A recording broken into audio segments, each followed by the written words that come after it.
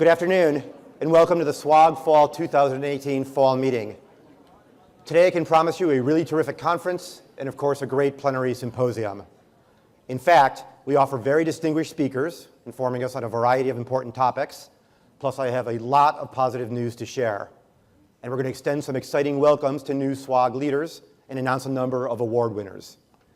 This plenary stage, in fact, will host three old friends of SWOG, and they are pretty commanding ones. Sheila Prindeville from NCI will talk about the new collaboration between the NCI and the VA, which should dramatically increase enrollment of military veterans onto cancer trials. Paul Hesketh, chair of our Professional Review Committee, will update us on the ASCO effort he, and now we, are involved in, aimed at broadening eligibility criteria on cancer clinical trials. Finally, I will call up Dr. Otis Brawley, Chief Medical and Scientific Officer at the American Cancer Society, to deliver our Harry E. Hines Memorial Lecture.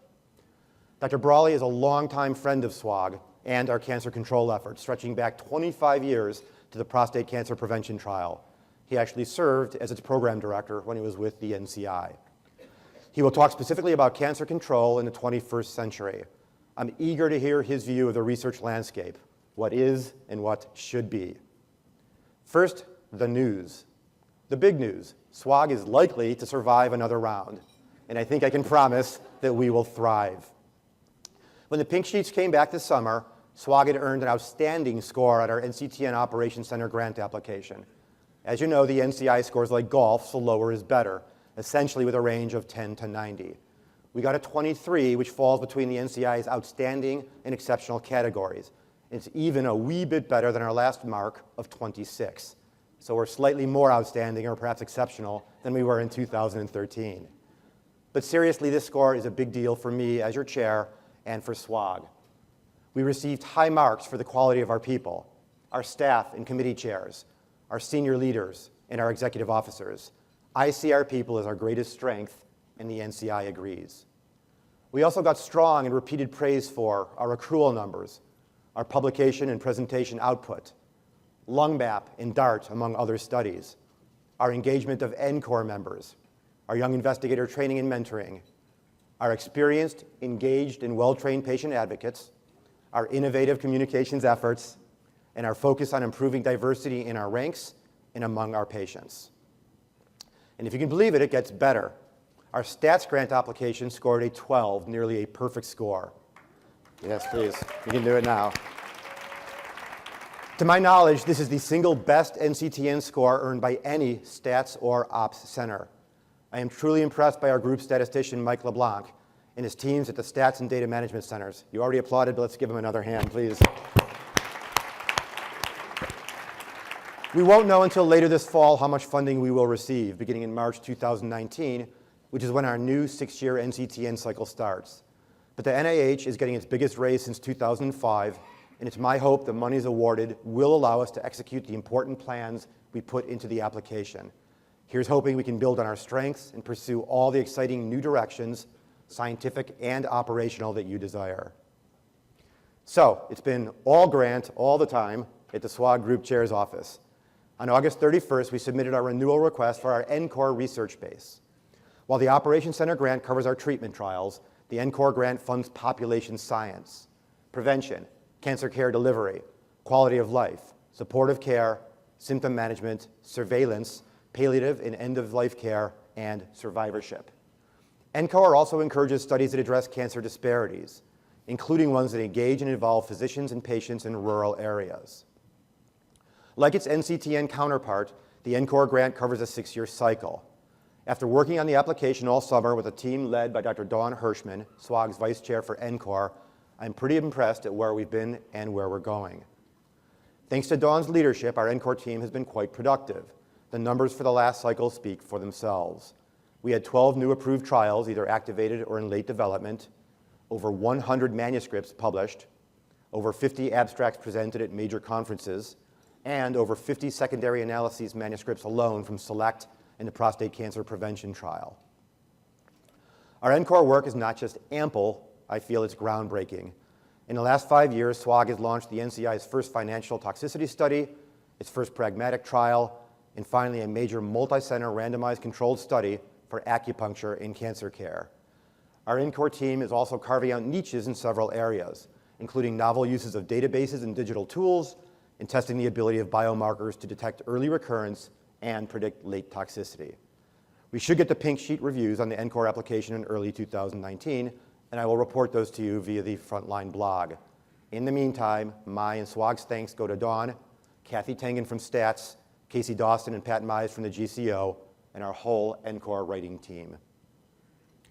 In other news, we held a retreat in Utah this summer for our Immunotherapy Committee in Development. The hiking was pretty good in Snowbird, but this new group, which again was praised conceptually in the grant pink sheets, is even better.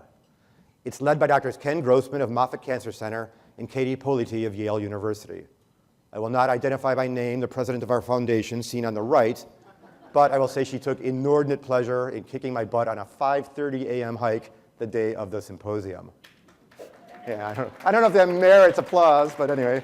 Together, Ken and Katie are forming a new research support committee that with a positive Board of Governors vote will provide advice and support to our whole group.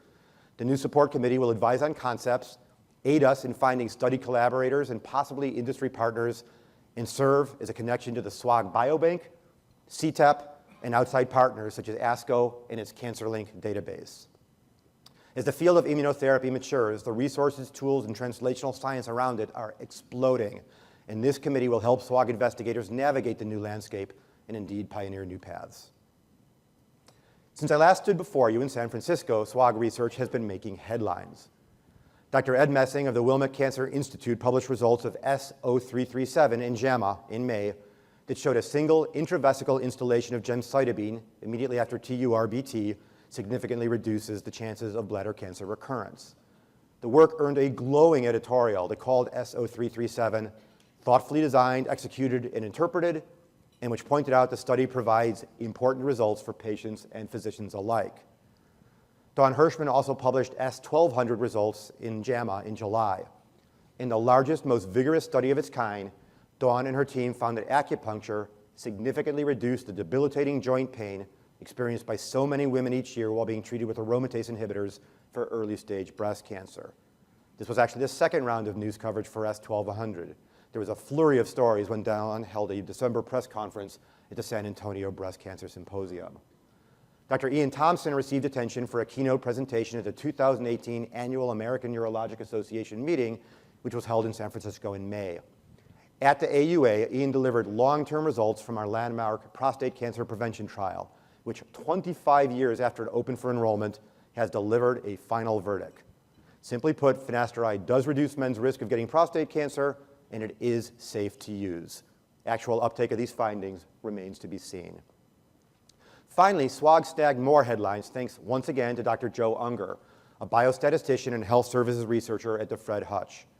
Joe published results in JAMA Network Open showing that when participants are enrolled in a cancer clinical trial, the previously described disparities in survival rates between rural and urban patients are significantly reduced.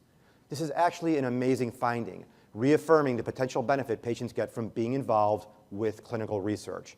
And it got a ton of national media coverage and set Twitter on fire, with NCI Director Ned Sharpless and NIH Director Francis Collins both tweeting about the results.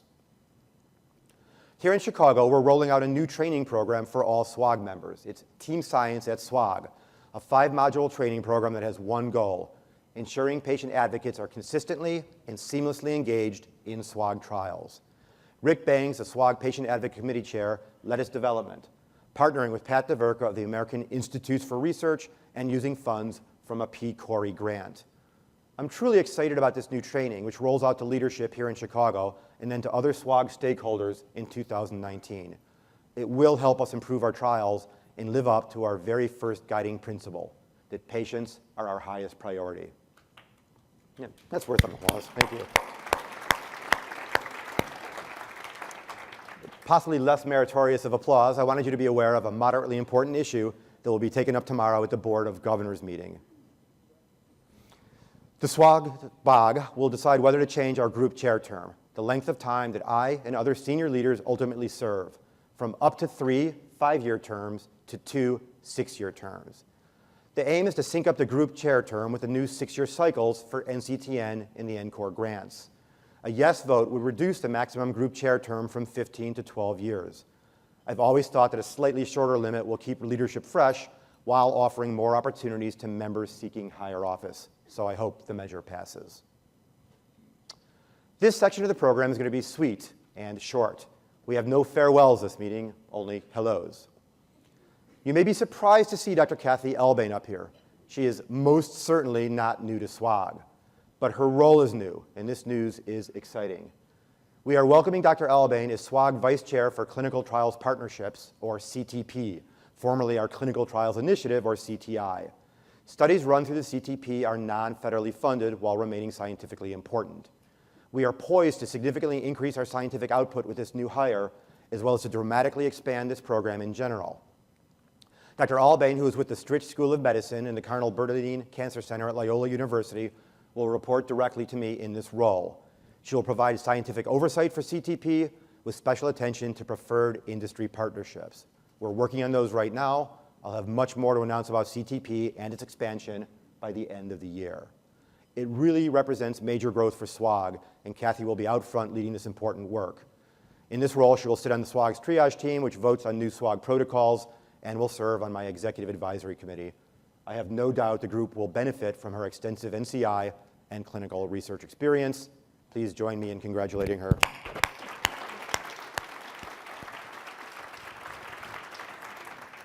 Another warm hello to Dr. Marie Bakaitis, the newest co-chair for our new Palliative and End-of-Life Care Committee. Getting Marie to serve is such a coup. She is the O'Corn Endowed Chair of the School of Nursing at the University of Alabama at Birmingham and the Associate Director of the University Center for Palliative and Supportive Care, the third largest such program in the US.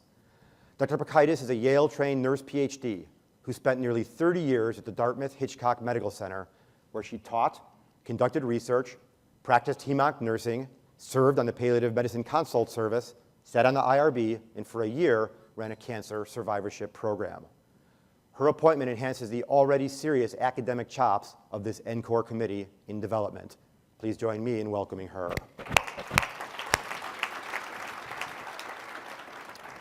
And now it is awards time. We had a strong group in Seattle last month for the Young Investigator Training Course, which the Hope Foundation has sponsored since 1999. I had a great time with these youngsters, who include Christiane Bergeron, PhD of City of Hope, Elizabeth Brem, MD of the University of California, Irvine, Anup Kasi, MD of the University of Kansas, Deborah Stevens, DO of the University of Utah, and Paul Swisicki, MD of the University of Michigan. Congratulations to the SWOG YITC class of 2018. Thank you. And let's hope their projects get activated in the NCTN. The SWOG Early Exploration and Development, or SEED Award, supports preliminary research, preclinical data studies, secondary analyses from completed trials, research methodology development, and pilot studies. Funded projects must be applicable to future SWOG research. This year's SEED Award goes to Dr. Dawn Hirschman, our NCORP Vice Chair from the New York Presbyterian in Columbia, for her concept, feasibility of a digital health offering in optimizing opioid pain control regimens in cancer patients.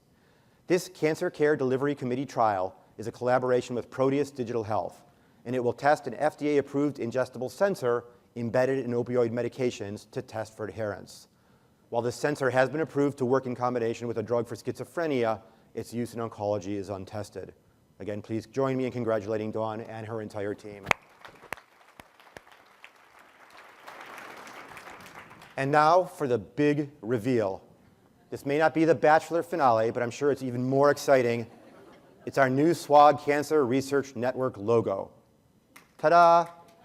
Okay, it's true, I was just testing you. This is our old logo. Those who applauded should be ashamed of themselves for not paying attention. Bring it on. So no real departure here, but then there wasn't a big departure with our name either. We wanted our logo to include the new title and to give us a fresher, more modern look. If you saw our website this week, you'll see the new logo there, and next week you'll see it on the Frontline and Link of the Week emails. We'll continue to roll it out with the new name this fall. By the end of November, all of our digital and print materials will reflect the new name and the new logo look. And when we meet again in San Francisco next year, the agenda books will be updated as well. I truly am pleased that we incorporate cancer and research now in our formal name, and that we have a crisp new logo to go with all of that. You can see that crisp new logo as well on my new business card. Next month, all SWOG staffers will have one. Note that this is a fake cell phone number, so please don't think you're going to be making prank calls to me at 2 in the morning. And by the way, this name change business reminds me of an amusing story. So it seems Harold was a very religious man who lifelong sported a hat, beard, and suit every day. He also went to services every day. He kept the Sabbath. He ate only kosher food, and he gave abundantly to charity. But when Harold turned 60, like SWOG recently did, he thought, I've been good all my life. It is time to have some fun. I'm not sure if SWOG thought that or not, but Harold certainly did. He grew out his hair, and he shaved off his beard. He took off the formal hat and bought some jeans and a tie-dye T-shirt.